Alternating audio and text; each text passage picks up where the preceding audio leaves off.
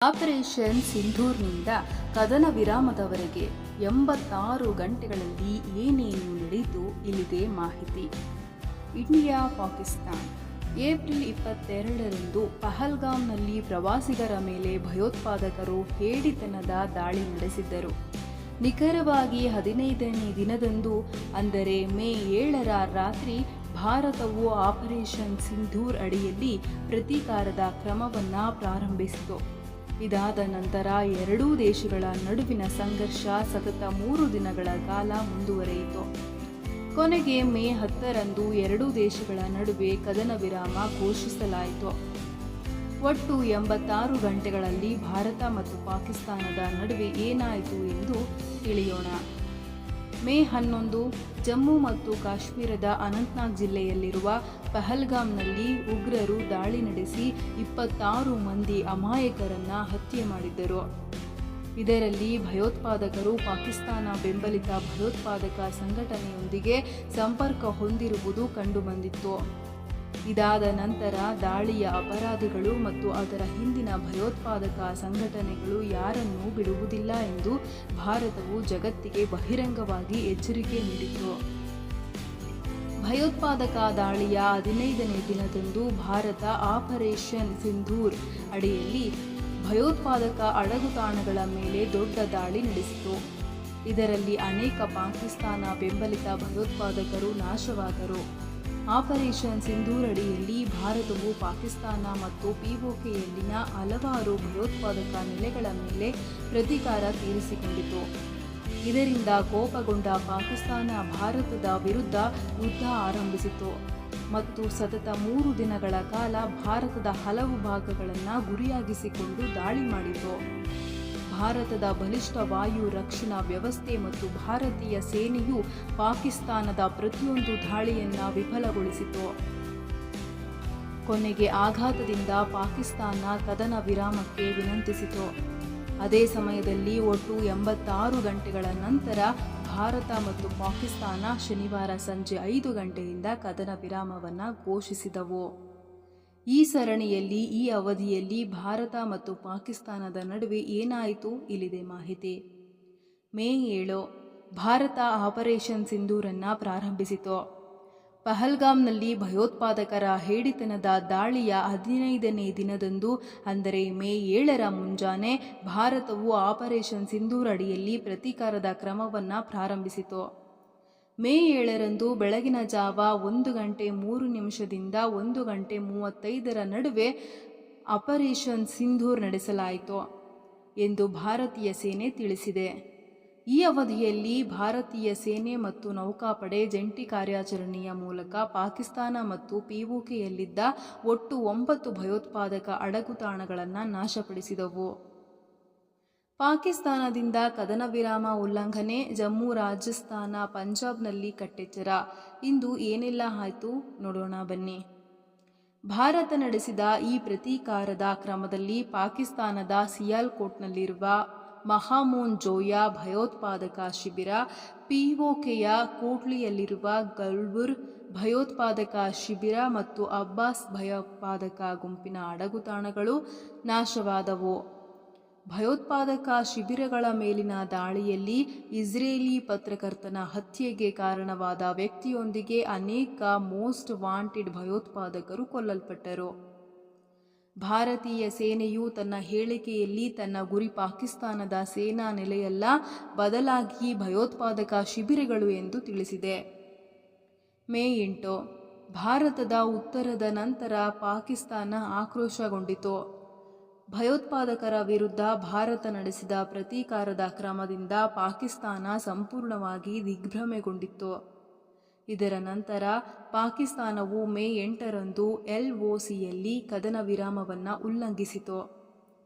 ಆ ರಾತ್ರಿ ಪಾಕಿಸ್ತಾನವು ಡ್ರೋನ್ಗಳು ಮತ್ತು ಕ್ಷಿಪಣಿಗಳನ್ನು ಬಳಸಿಕೊಂಡು ಅವಂತಿಪುರ, ಶ್ರೀನಗರ, ಜಮ್ಮು ಪಠಾಣ್ಕೋಟ್, ಅಮೃತಸರ, ಕಪೂರ್ತಲಾ, ಜಲಾಂಧರ್, ಲುಧಿಯಾನಾ, ಆನಂದಪುರ, ಚಂಡಿಂಡಾ, ಚಂಡೀಗಢ, ನಲ್, ಫಲೋಡಿ, ಉತ್ತರಲೈ ಮತ್ತು ಭುಜ್ ಸೇರಿದಂತೆ ಉತ್ತರ ಮತ್ತು ಪಶ್ಚಿಮ ಭಾರತದ ಹಲವಾರು ಸೇನಾ ನೆಲೆಗಳ ಮೇಲೆ ದಾಳಿ ಮಾಡಲು ಪ್ರಯತ್ನಿಸಿತು. ಆದರೆ ಭಾರತೀಯ ಸೇನೆ ಈ ದಾಳಿಯನ್ನು ವಿಫಲಗೊಳಿಸಿತು. ಪಾಕಿಸ್ತಾನದ ಗುಂಡಿನ ದಾಳಿಯಲ್ಲಿ 3 ಮಹಿಳೆಯರು ಮತ್ತು 5 ಮಕ್ಕಳು ಸೇರಿದಂತೆ 16 ಅಮಾಯಕ ಪ್ರಾಣ ಕಳೆದುಕೊಂಡರು. ಶೆಲ್ ದಾಳಿಯನ್ನು ನಿಲ್ಲಿಸಲು ಭಾರತವು ಪಾಕಿಸ್ತಾನದ ಮೋಟಾರ್ ಮತ್ತು ಫಿರಂಗಿ ಗುಂಡಿನ ದಾಳಿಗೆ ಪ್ರತಿಕ್ರಿಯಿಸಲು ಒತ್ತಾಯಿಸಲ್ಪಟ್ಟಿತು. ಭಾರತವು ಲಾಹೋರ್ನಲ್ಲಿ ವಾಯು ರಕ್ಷಣಾ ವ್ಯವಸ್ಥೆಯನ್ನು ತಟಸ್ಥಗೊಳಿಸುವ ಮೂಲಕ ಪ್ರತಿಕ್ರಿಯಿಸಿತು. ಅಲ್ಲದೆ ಪ್ರತೀಕಾರವಾಗಿ ಗಡಿಯಲ್ಲಿ ಪಾಕಿಸ್ತಾನದ ಗುಂಡಿನ ದಾಳಿಗೆ ಸೂಕ್ತ ಉತ್ತರ ನೀಡಲಾಯಿತು.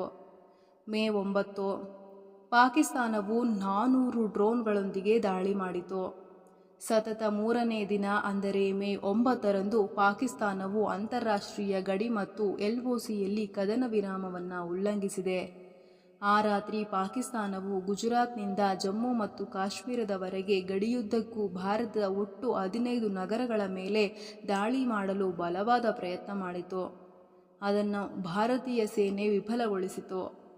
ಪಾಕಿಸ್ತಾನವು 300ರಿಂದ 400 ಡ್ರೋನ್ಗಳೊಂದಿಗೆ LOCಯಲ್ಲಿ ಭಾರತದ 36 ಭಾಗಗಳ ಮೇಲೆ ದಾಳಿ ಮಾಡಿತು.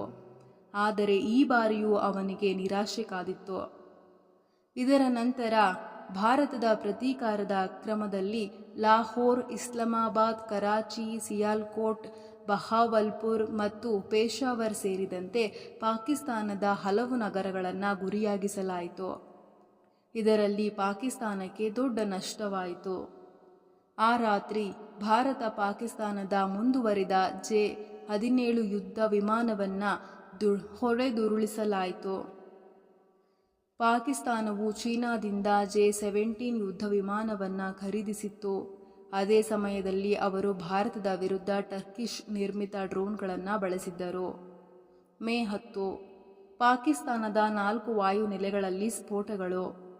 ಮೇ 10ರ ರಾತ್ರಿ ಪಾಕಿಸ್ತಾನವು ಗಡಿಯಾಚೆಯಿಂದ ಭಾರತದ ಮೇಲೆ ಹಲವಾರು ದಾಳಿಗಳನ್ನು ನಡೆಸಿತು. ಈ ಬಾರಿ ಭಾರತದ ವಸತಿ ಪ್ರದೇಶಗಳನ್ನು ಸಹ ಪಾಕಿಸ್ತಾನ ಗುರಿಯಾಗಿಸಿಕೊಂಡಿತ್ತು. ಪಾಕಿಸ್ತಾನವು ಹರಿಯಾಣ, ರಾಜಸ್ಥಾನ ಮತ್ತು ಪಂಜಾಬ್ನ ಹಲವು ಪ್ರದೇಶಗಳ ಮೇಲೆ ಡ್ರೋನ್ ಮೂಲಕ ದಾಳಿ ಮಾಡಲು ಪ್ರಯತ್ನಿಸಿತು. ಆದರೆ ಭಾರತದ ವಾಯು ರಕ್ಷಣಾ ವ್ಯವಸ್ಥೆಯು ಅದನ್ನು ಗಾಳಿಯಲ್ಲಿ ಹೊಡೆದುರುಳಿಸಿತು. ಈ ಸಮಯದಲ್ಲಿ ಪಾಕಿಸ್ತಾನವು ಭಾರತದ ಉಧಂಪುರ, ಅವಂತಿಪುರ ಮತ್ತು ಶ್ರೀನಗರ ವಾಯುನೆಲೆಗಳ ಮೇಲೆ ಡ್ರೋನ್ಗಳು ಮತ್ತು ದೀರ್ಘ ವ್ಯಾಪ್ತಿಯ ಕ್ಷಿಪಣಿಗಳ ಮೂಲಕ ದಾಳಿ ಮಾಡಲು ಪ್ರಯತ್ನಿಸಿತು. ಆದರೆ ವಿಫಲವಾಯಿತು. ಇದಾದ ನಂತರ ಭಾರತ ಪಾಕಿಸ್ತಾನದ ಮೇಲೆ ದೊಡ್ಡ ದಾಳಿ ನಡೆಸಿತು. ಭಾರತದ ಪ್ರತೀಕಾರದ ಕ್ರಮದಲ್ಲಿ ಪಾಕಿಸ್ತಾನದ 4 ಪ್ರಮುಖ ವಾಯುನೆಲೆಗಳು ನಾಶವಾದವು. ಈ ದಾಳಿಯಲ್ಲಿ ರಾವಲ್ಡಿಯಾ, ನೂರ್ ಖಾನ್ ವಾಯುಪಡೆ ನೆಲೆ, ಶೋರ್ಕೋಟ್ನ ರಫೀಕಿ ವಾಯುಪಡೆ ನೆಲೆ ಮತ್ತು ಮುರಿಯದ್ ವಾಯುಪಡೆ ನೆಲೆಗಳನ್ನು ಗುರಿಯಾಗಿಸಲಾಗಿತ್ತು. ಅದೇ ಸಮಯದಲ್ಲಿ ದಾಳಿಯಲ್ಲಿ ಪಾಕಿಸ್ತಾನ ಕಳುಹಿಸಿದ ಡ್ರೋನ್ನ ಅವಶೇಷಗಳಿಂದ ಅನೇಕ ಜನರು ಗಾಯಗೊಂಡರು. ಇದರಲ್ಲಿ ಪಂಜಾಬ್ನ ಫಿರೋಜ್ಪುರದ ಖೋಯ್ ಗ್ರಾಮದಲ್ಲಿ ಉರಿಯುತ್ತಿರುವ ಡ್ರೋನ್ ಬಿದ್ದು ಒಂದೇ ಕುಟುಂಬದ 3 ಸದಸ್ಯರು ಗಾಯಗೊಂಡಿದ್ದಾರೆ. ಎರಡೂ ದೇಶಗಳ DGMOಗಳ ಕದನ ವಿರಾಮಕ್ಕೆ ಒಪ್ಪಿಕೊಂಡರು. ಹಿಂದಿನ ದಿನ ಶನಿವಾರ ಪಾಕಿಸ್ತಾನದ ಮಿಲಿಟರಿ ಕಾರ್ಯಾಚರಣೆಗಳ ಮಹಾನಿರ್ದೇಶಕರು ಮಧ್ಯಾಹ್ನ 3:35ಕ್ಕೆ ಭಾರತೀಯ DGMO ಅವರಿಗೆ ಕರೆ ಮಾಡಿದರು. ಈ ಸಮಯದಲ್ಲಿ ಪಾಕಿಸ್ತಾನವು ಕದನ ವಿರಾಮದ ವಿಷಯವನ್ನು ಎತ್ತಿತು. ಅದಕ್ಕೆ ಎರಡೂ ದೇಶಗಳು ಒಪ್ಪಿಕೊಂಡವು. ವಿದೇಶಾಂಗ ಕಾರ್ಯದರ್ಶಿ ವಿಕ್ರಮ್ ಮಿಶ್ರಿ ಇದನ್ನು ದೃಢಪಡಿಸಿದರು. ಸಂಜೆ 5 ಗಂಟೆಯಿಂದ ಭೂಮಿ, ಸಮುದ್ರ ಮತ್ತು ಗಾಳಿಯಲ್ಲಿನ ಎಲ್ಲ ಮಿಲಿಟರಿ ಕಾರ್ಯಾಚರಣೆಗಳನ್ನು ಪರಿಣಾಮಕಾರಿಯಾಗಿ ನಿಲ್ಲಿಸಲು ಎರಡೂ ಕಡೆಯವರು ಒಪ್ಪಿಕೊಂಡಿದ್ದಾರೆ ಎಂದು ಹೇಳಿದರು. ಕದನ ವಿರಾಮವನ್ನು ಜಾರಿಗೊಳಿಸಲು ಸೂಚನೆಗಳನ್ನು ನೀಡಲಾಗಿದೆ ಎಂದು ಮಿಶ್ರಿ ಹೇಳಿದರು. ಮೇ 12ರಂದು ಮಧ್ಯಾಹ್ನ 12 ಗಂಟೆಗೆ ಮಿಲಿಟರಿ ಕಾರ್ಯಾಚರಣೆಗಳ ಮಹಾನಿರ್ದೇಶಕರು ಮತ್ತೆ ಮಾತನಾಡಲಿದ್ದಾರೆ. ಆದಾಗ್ಯೂ ಇದರ ನಂತರವೂ ಪಾಕಿಸ್ತಾನವು ಅನೇಕ ಸ್ಥಳಗಳಲ್ಲಿ ಕದನ ವಿರಾಮನ ಉಲ್ಲಂಘಿಸಿದೆ.